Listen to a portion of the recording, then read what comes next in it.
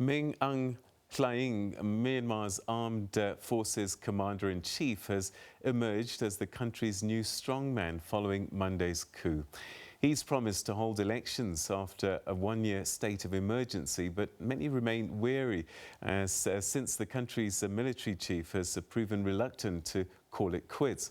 Citing electoral fraud in November 2020 general elections, in which Nobel laureate and de facto ruler Aung San Suu Kyi's party won a landslide 83% of the vote. The US State Department has assessed the military takeover in Myanmar and said that it constitutes a coup and will therefore conduct a review of its foreign assistance to the country. But they said that they will continue with humanitarian programs helping the Rohingya, a senior official said on Tuesday. In a briefing with the reporters, a State Department official said that Washington has not been in direct contact with the coup leaders in Myanmar or the deposed civilian government leaders. Myanmar's ruling military on Tuesday named Tan Nguyen as the country's new central bank governor, reappointing him to a post that he previously held after this week's coup against Aung San Suu Kyi's government. Now, the announcement was the latest in a major shake-up by the military. Tan Nguyen's tenure as Central Bank of Myanmar governor started in 2007 during the rule of the last military junta and ended in 2013. A day after the Myanmar military staged a swift but bloodless coup, the streets and financial hub Yangon were quiet. Phone and internet connections were up again, and banks that shut yesterday as people rushed to withdraw cash reopened. But big markets and the airport remained closed. The question for some was how the coup would hit the economy, already reeling from the COVID-19 pandemic. Taxi driver Aung San Suu Kyi worried how he will feed his family.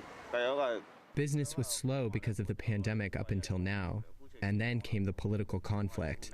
Things will be worse for my family. In this political situation right now, people will be afraid to go out. The coup followed a landslide election win months ago by Aung San Suu Kyi's party, the National League for Democracy, which the military has refused to accept, citing allegations of fraud.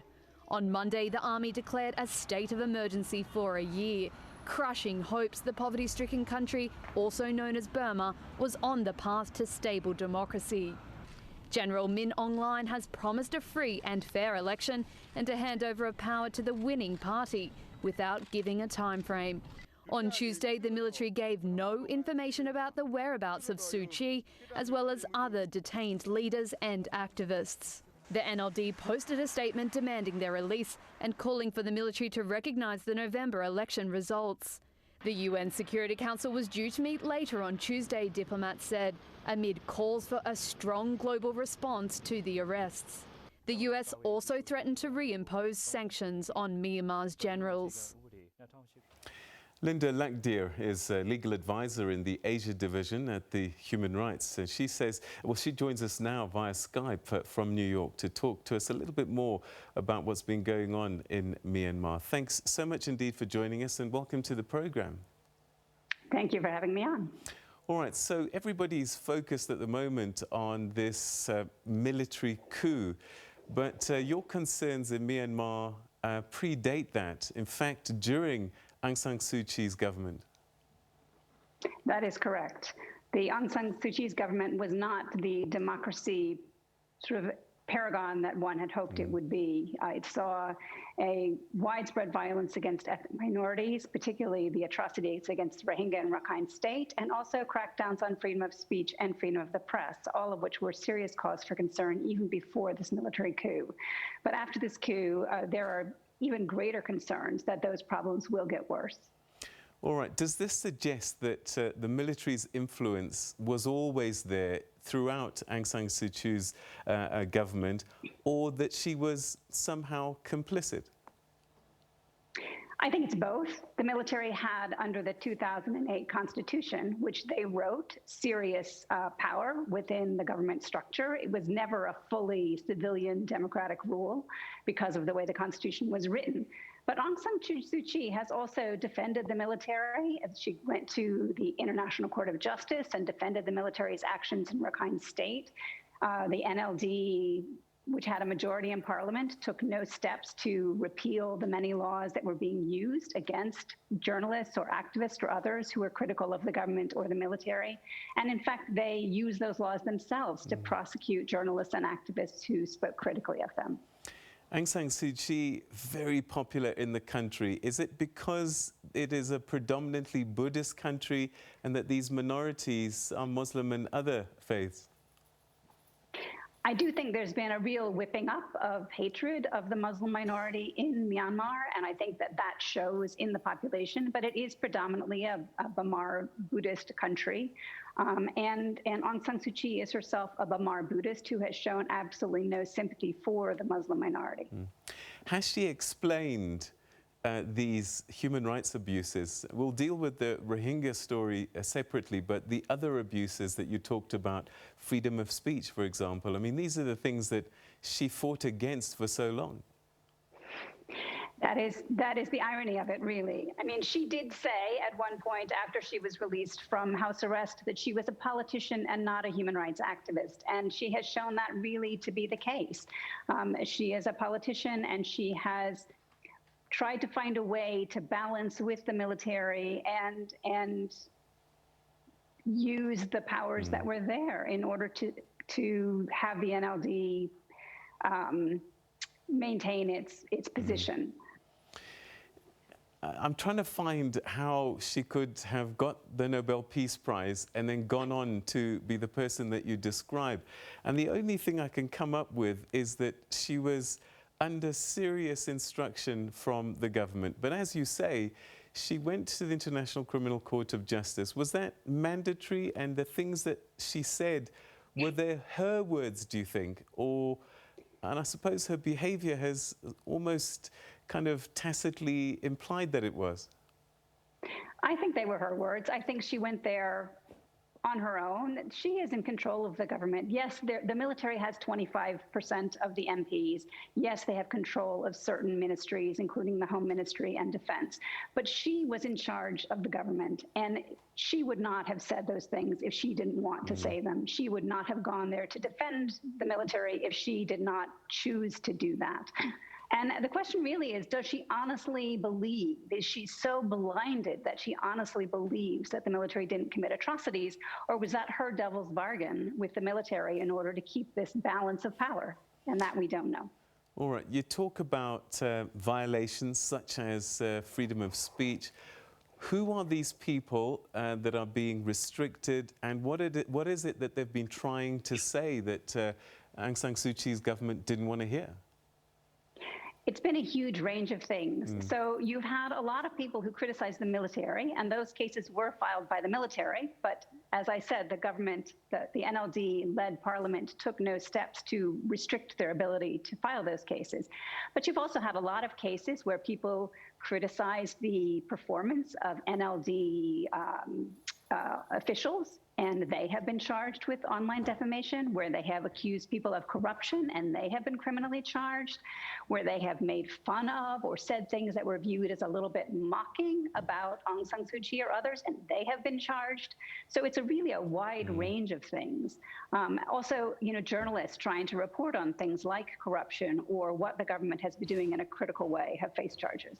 And I suppose her silence on these issues implies that she approved of the actions taken against all these people. Well, I have to say, for anything that's filed under one particular law, the telecommunications law, for any case, defamation case filed under that law, the case had to be approved by a ministry that was headed by someone appointed by the NLD. So I think, yes, tacitly there was approval of these cases. All right, let's talk about the Rohingya, because that case, widely reported. Take us through why they were persecuted, why the military took such a heavy hand, and then, of course, why Aung San Suu Kyi, who got a Nobel Peace Prize, did nothing. Why the military chose to do what they did is something only the military knows, clearly. But it was something they claim that what they did was in response to attacks by ARSA. And there were some attacks by ARSA, which is the Arakan Salvation Rohingya Army, which is an armed group that purports to represent the Rohingya. But it's very clear, and it's very clear in the report of the fact-finding mission commissioned by the Human Rights Council, that this operation was planned well in advance of those attacks. There was the movement of military troops into the area. There was the arming of civilians in the area. There was the disarming of the Rohingya. All of this took place far in advance of the attacks in August of 2017. So this was clearly a planned operation that was incredibly brutal and that resulted in the deaths of, we don't know how many people because no one's been able to get access. And there's evidence that the military tried to dispose of bodies, and also the flight of hundreds of thousands of Rohingya to Bangladesh, where they still remain in appalling conditions. So, are there no Rohingyas left in Myanmar, or are there some and they're still facing persecution at some level?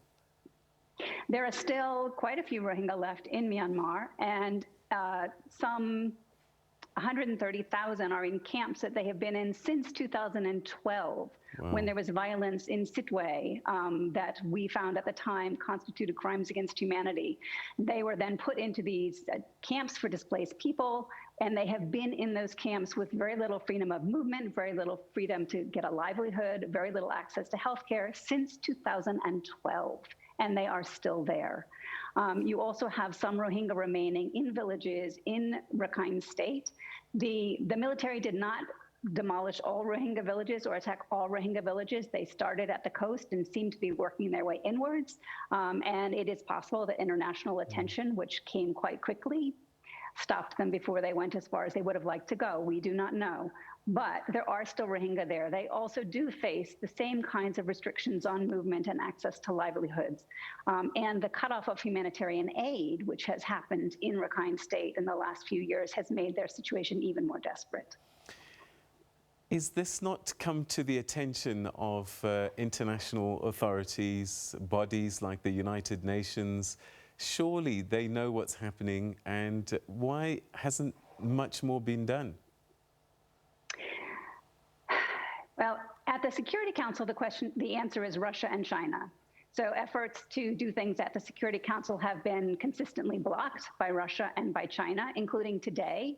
An effort to get a statement out of the UN Security Council, a statement authored by the UK, failed because Russia and China objected.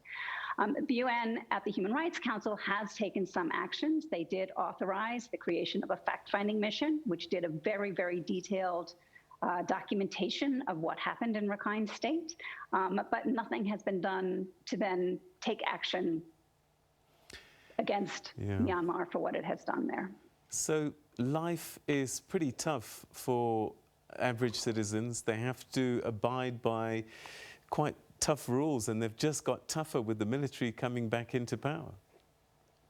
That is correct. What? In fact, there was a statement today issued by the newly appointed Minister of Information, essentially warning people and journalists and people speaking on social media to be careful what they say.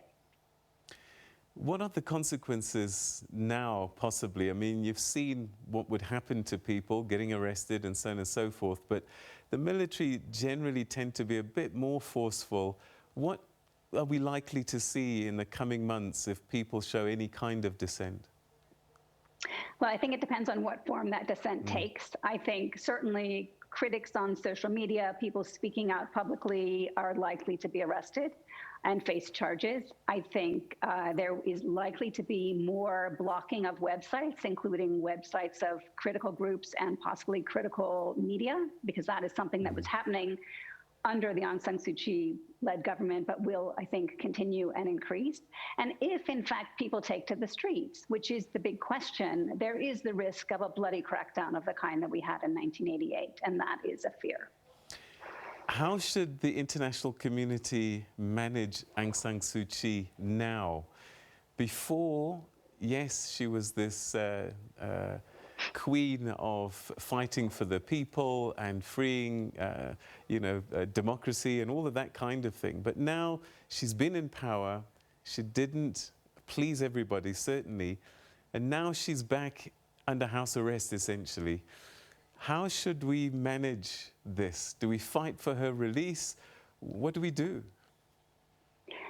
I mean, look, Aung San Suu Kyi is a fallen icon, but she is the duly elected, the head of the party that was elected to run the country of Myanmar. That is who the citizens voted for. And so the principle here is really a principle of democracy.